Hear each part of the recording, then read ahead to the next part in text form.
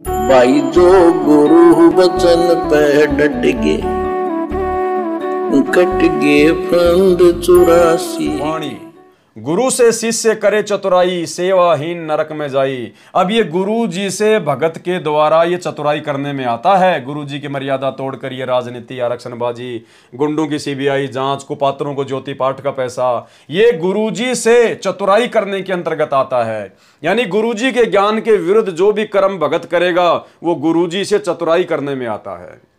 और सेवाहीन नरक में जाई, चाहे कितनी सेवा कर लो अंत में नरक में जाएगा। फिर वो कितने ज्योति पाठ करवा लो, शिष्य होकर सर्वस नहीं वारे। गुरुजी का शिष्य होकर इतने सब कुछ नहीं वारा। सब कुछ वारने का मतलब है अपनी सारी इच्छा, अपनी सारी बकवाद यदि तूने गुरुजी के चरणों में समर्पित नहीं की, और ही कपट मुख प्रीत उचारे, मुंह से तो मीठा बोले और अंदर सारा का सारा दोष। जो जीव कैसे लोक सिंदाई, ऐसा भगत कैसे सतलोक जाएगा। बिन गुरु मिले मोहे ना पाई। जो गुरु से गद्दारी करेगा वो परमात्मा को कभी भी प्रसन्न नहीं होता। जो गुरु जी से गद्दारी करेगा वो परमात्मा को कभी भी अच्छा नहीं लगता। सरलार्थ, जो शिष्य गुरु के साथ हेरा फेरी अर्थात चतुराई करता है, गुरु जी की मर्यादा तोड़ना, मनमाना आचरण करना, ये गुरु जी से चतुराई अर्थात हेरा फेरी करने में आता है। उसकी सेवा भक्ति नष्ट हो जाती है। वो कितना ज्योति पाठ करवा ले, कितना आश्रम बनाने की सेवा कर ले, कितना जमीन दान कर दे, सब समाप्त है। वह नरक का अधिकारी होता है जो दीक्षा लेने के पश्चात भी सतगुरु के प्रति समर्पित नहीं होता। तो 90% संगत अपनी ज्ञानहीनता में गुरुजी के परिवार के प्रति समर्पित है, जो परिवार काल का एजेंट है और मुख से प्यारा बोलता है और दिल में गुरु के प्रति दोष रखता है। ये गुरु के प्रति दोष रखने में आता है। गुरुजी की आज्ञा तोड़ना, गुरुजी के प्रति मन में दोष रखना। भाई 650 साल पहले जो कमाल था, वो कौन सा गुरुजी को गालियां निकालता था? वो कौन सा गुरुजी को गालियां निकालता था? वो भी तो वही ज्ञान देता जो गुरुजी दे रहे थे, वही मंत्र दिया करता जो गुरुजी दे रहे थे। फिर उसको गुरुद्रोही क्यों कहा गया? क्योंकि वो सारे काम गुरुजी की शिक्षाओं के विरुद्ध करता था। तो आज ये सतलोक आश्रम मैनेजमेंट हरियाणा सारे कर्म गुरुजी की शिक्षाओं और सत्संग के विरुद्ध कर रहा है। जो दीक्षा लेने के पश्चात भी सतगुरु के प्रति समर्पित नहीं होता और मुख से प्यारा बोलता है और दिल में गुरुजी के प्रति दोष रखता है, वह भी सतलोक कैसे जा सकता है? भाई और बहनों, एक सत्संग आपके यहाँ पे बहुत अच्छा काम आएगा। जो सत्संग अभी अभी 45 या 46 नंबर विशेष संदेश में गुरुजी ने दिया। गुरुजी ने उसमें बताया कि जब से परमात्मा ने इस काल को और दुर्गा को सतलोक से निकाला, गलत काम तो उन्होंने किया, गुरुजी ने उनको निकाल दिया, तो उसके बाद से दुर्गा ने और काल ने दुश्मनी बांध ली कबीर परमात्मा से। कबीर परमात्मा को अपना दुश्मन समझ लिया कि हम इसके बच्चों को जितना दुखी करेंगे उतना वो परमात्मा दुखी होगा। फिर आगे गुरुजी ने ये उदाहरण देकर बताया कि ठीक इसी प्रकार जैसे सतलोक आश्रम है और सतलोक आश्रमों में जो बकवाद करता है, जब हम उसको निकाल देते हैं आश्रम से तो वो गुरुजी से वैर बांध लेता है, गुरुजी का शत्रु बन जाता है और काल फिर उसको मोहरा बनाकर गुरुजी के खिलाफ सारे काम करवाता है, संगत के कर्म फुड़वाता है। तो ये सतलोक आश्रम मैनेजमेंट हरियाणा, ये गुरुजी का परिवार गुरुजी के द्वारा पहले से ही त्यागा जा चुका है। आप नए भगत हैं, आपको नहीं पता। दास आपको एक वीडियो सुना देता है। 2008 में ही गुरुजी ने अपने परिवार को रिजेक्ट कर दिया था। अपने बेटा बेटी की असलियत संगत में सार्वजनिक तौर पर बता दी थी। एक छोटा सा सत्संग सुना रहा हूं आपको, जिसमें गुरुजी खुद अपने बेटा बेटी का जिक्र कर रहे हैं और कह रहे हैं कि मैं अच्छे से जानता हूं इनका क्या व्यवहार है, क्या इनका आचरण है और आगे चल के ये क्या करेंगे। यानी वर्तमान में जो बकवाद 2014 के बाद में ये कर रहे हैं, गुरुजी ने 2008 में कह दिया था कि आगे चल के वो क्या करेंगे और क्या करते मेरे को अच्छे से पता है। पहले सत्संग सुन लीजिए। पुण्यात्माओं, इस दास के 4 संतान, 2 लड़के 2 लड़की थी। यदि ये दास उन्हीं में उलझ पुलझ रह जाता, अब मुझे पता हुआ मेरी कितनी की खातिरदारी करूं, खूब पता है मुझे वह क्या नेचर है उनका, कैसा उनका स्वभाव और क्या करते। अब परमात्मा के चरणों में आया हूं, मेरे लाखों चेले बेटा बेटी हो गए। अब एक को कहता हूं भाई जल लाना, 10 खड़े हो जाते हैं। ये क्या कारण है? क्योंकि मैंने परमात्मा की भक्ति का रटना लाई। और उस भक्ति की शक्ति से इन बच्चों में इतनी श्रद्धा बन गई, दोनों हाथों पर रखो अपने गुरुदेव को, अपने पिता को। परमात्मा कहते हैं कुल खोए कुल होत है, कुल राखें कुल जा, राम ने कल कुल भेंट ले, सब कुल रहा समाये। तो सत्संग आपने सुन लिया। संत रामपाल जी दुनिया के पहले संत हैं जिन्होंने अपने बेटा बेटी की सच्चाई, उनके कुकर्मों की सच्चाई, उनके विषय में पूरी दुनिया को बताई है अपने सत्संग में, सार्वजनिक तौर पर। ऐसा कोई संत आपको नहीं मिलेगा।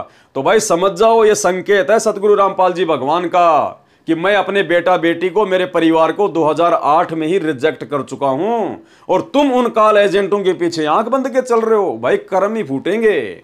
जिसको गुरुजी ने रिजेक्ट कर दिया वो कभी किसी के कर्म बना नहीं सकता, वो कर्म फोड़ेगा। एक समय जब राम सेतु का काम चल रहा था, रामचंद्र जी अपनी सेना को लंका लेकर जाना चाह रहे थे, तो पुलिया नहीं बन पा रहा था, तो लोग उसमें पत्थर डालते डूब जाता, पत्थर डालते डूब जाता।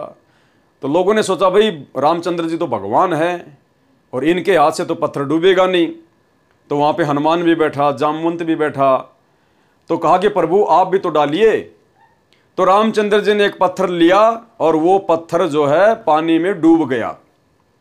अब सब लोग बड़े अचंभित हुए और हनुमान जी ने कहा कि प्रभु आपके हाथ से छोड़ा गया पत्थर भी डूब गया। तो श्री रामचंद्र जी ने देखा भैया बेइज्जती हो गई यहां तो रामचंद्र जी ने कहा कि भैया मैं जिसको छोड़ देता हूं वो डूबता ही डूबता है। क्या कहा कि मैं जिसको अपने हाथ से छोड़ देता हूं ना वो डूबता ही डूबता है। तो भाई सतगुरु रामपाल जी परमेश्वर जिसको एक बार छोड़ देते हैं, अपने हृदय से निकाल देते हैं, वो फिर डूबता ही डूबता है। और ये सतलोक आश्रम मैनेजमेंट हरियाणा डूबा हुआ है, और डूबा हुआ किसी को दूसरे किनारे पार नहीं लगा सकता। तो हम सत्सेवक तो इस बात को समझ चुके हैं, इसलिए हमने इनकी कुसंगति छोड़ दी और आज साथ संगति से जुड़ के मर्यादा में रह के गुरु को भगवान मानकर और घर को आश्रम बनाकर अपनी भक्ति कर रहे हैं। और आने वाले समय में ऐसा ही होगा। उसी की रिहर्सल सतगुरु रामपाल जी परमेश्वर हिसार जेल में बैठकर करवा रहे हैं। जिस प्रकार से आज सत्सेवक भाई बहन ज्ञान को आधार बनाकर, घर को आश्रम बनाकर और गुरु को भगवान बनाकर भक्ति कर रहे हैं, ये तीन चीजें नोट कर लेना। ज्ञान आधार, घर आश्रम और गुरु भगवान। आने वाले समय में ऐसे ही भक्ति होगी, कहीं कोई आश्रम नहीं होगा। अगर आश्रम होगा तो पाखंड होगा, धर्म धंधे में तब्दील होगा। और इसका जीता जागता उदाहरण सतगुरु रामपाल जी परमेश्वर जी का ये छोटा सा सत्संग, जिसमें गुरु जी कह रहे हैं कि आने वाले समय में दास जब सतलोक जाएगा तो ऐसी व्यवस्था करके जाएगा आपको कहीं हांडने की जरूरत ही नहीं पड़ेगी। हांडना हरियाणा में कहते हैं धक्के खाना, घूमना फिरना। गुरुजी कह रहे हैं घर घर में सीढ़ी होगी, घर घर में ज्ञान होगा। जब ये दास सतलोक जाएगा ऐसी व्यवस्था करके जाएगा, आपको कहीं हांडने की जरूरत ही नहीं पड़ेगी। अर्थात आश्रम ही नहीं होंगे तो हांडने की जरूरत ही नहीं पड़ेगी। तो ये आश्रम बनाना वर्तमान में संत रामपाल जी का मिशन नहीं है, ये संत रामपाल जी का मिशन नहीं है, ये तो काल का मिशन है। काल भक्तों को ज्ञान आधार से चलता हुआ देखकर दुखी या परेशान है। वो चाहता कि ये भीड़ एक जगह इकट्ठी रहे और मेरे एजेंटों के माध्यम से उनकी बातों में आकर मनमाना आचरण करती रहे और सतगुरु से दूर रहे। तो भाइयों और बहनों, ये छोटा सा सत्संग सुनिए जिसमें परमात्मा कह रहे हैं कि ये दास जब सतलोक जाएगा ऐसी व्यवस्था करके जाएगा, आपको कहीं हांडने की जरूरत ही नहीं पड़ेगी। पुण्यात्माओं, ये ऐसा ज्ञान है सिंपल लैंग्वेज में, बूढ़े तो बूढ़ा कति 70-80 साल का भी इस ज्ञान को समझ जाए। अगर बालक 10 साल का भी इसको ध्यान से सुनेगा तो कति उंगलियां पर हटा दूंगा आपके।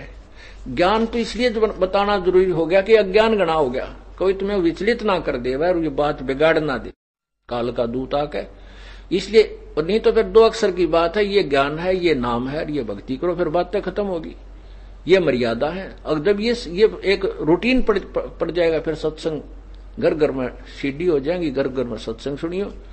ये दास जब सतलोक चला जाएगा ऐसी व्यवस्था बना के जाओगे कि तांडने की जरूरत ना पड़े तुम, और कई पीढ़ियों तक का मोक्ष होगा आपको। फिर कोई विचलित करने वाला नहीं रहेगा, ना काल का दूत घुसेगा जो तुम्हें बर्बाद कर दिया, तुम्हारे कोई अज्ञान पैदा कर दिया। ज्ञान नाम की चीज नहीं छोड़ेगी परमात्मा का, ऐसा ज्ञान है ये।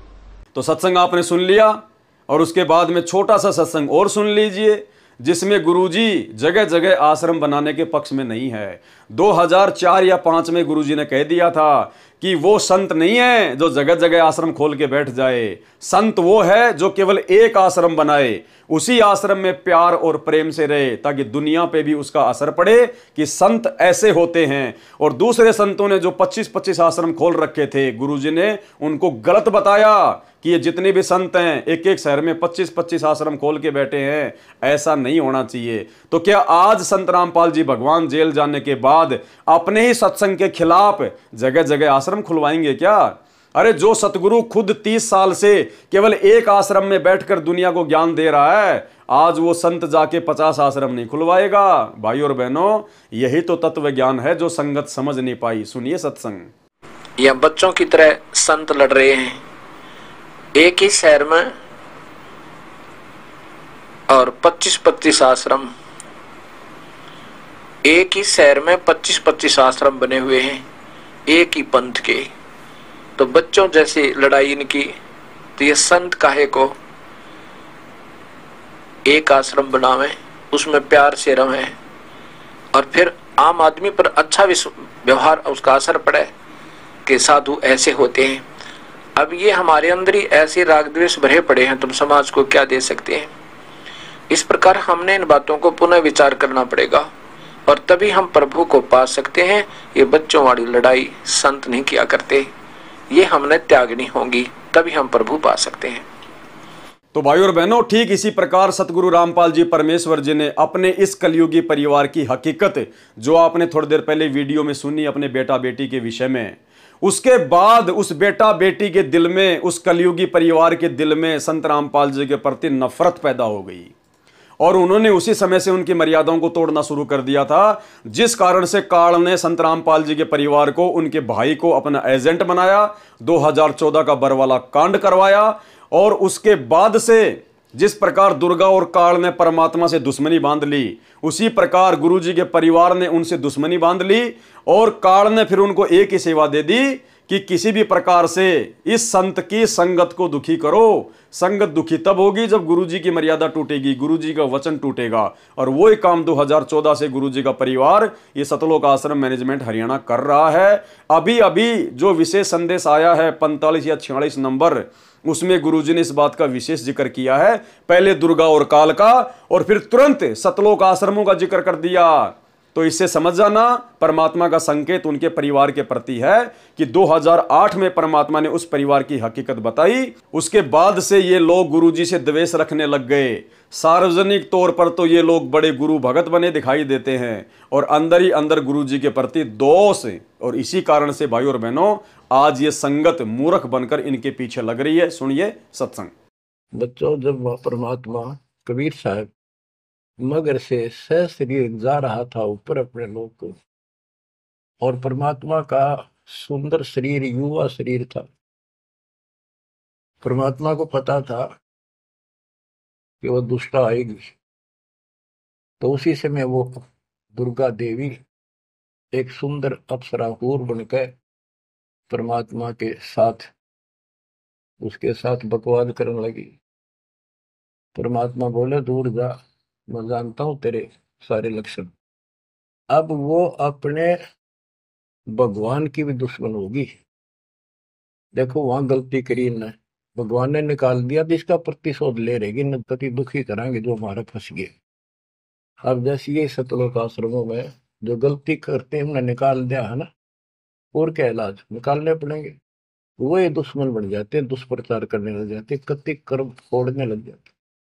करें तो उनका बनेगा कि बकवाद करनी है तो ऐसे होते। तो इन्होंने ऐसे जुल्म कर दिया। गुरु से शिष्य करे चतुराई, सेवाहीन नरक में जाई, शिष्य होए सर्वस नहीं वारे, ही कपट मुख प्रीत उचारे। जो जीव कैसे लोक सिंदाई, बिन गुरु मिले मोहे न पाई। जो शिष्य गुरुजी के साथ हेरा फेरी चतुराई करता है, उसकी सेवा भक्ति नष्ट हो जाती है, वह नरक का अधिकारी होता है। जो दीक्षा लेने के बाद भी सतगुरु के प्रति समर्पित नहीं होता और मुख से प्यारा बोलता है और दिल में गुरु के प्रति दोष रखता है, वह भी सतलोक कैसे जा सकता है?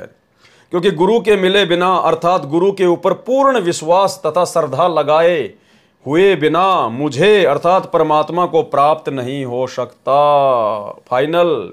और जब तक आप भाई बहन सतलोक आश्रम मैनेजमेंट हरियाणा की कुसंगति में पड़े हैं तब तक आपका गुरुजी के प्रति वो विश्वास कभी जिंदगी में नहीं बन सकता। जो गुरु वचन पे डट गए, कट गए फंद 84 के, कट गए फंद 84 के, कट गए फंद 84 के।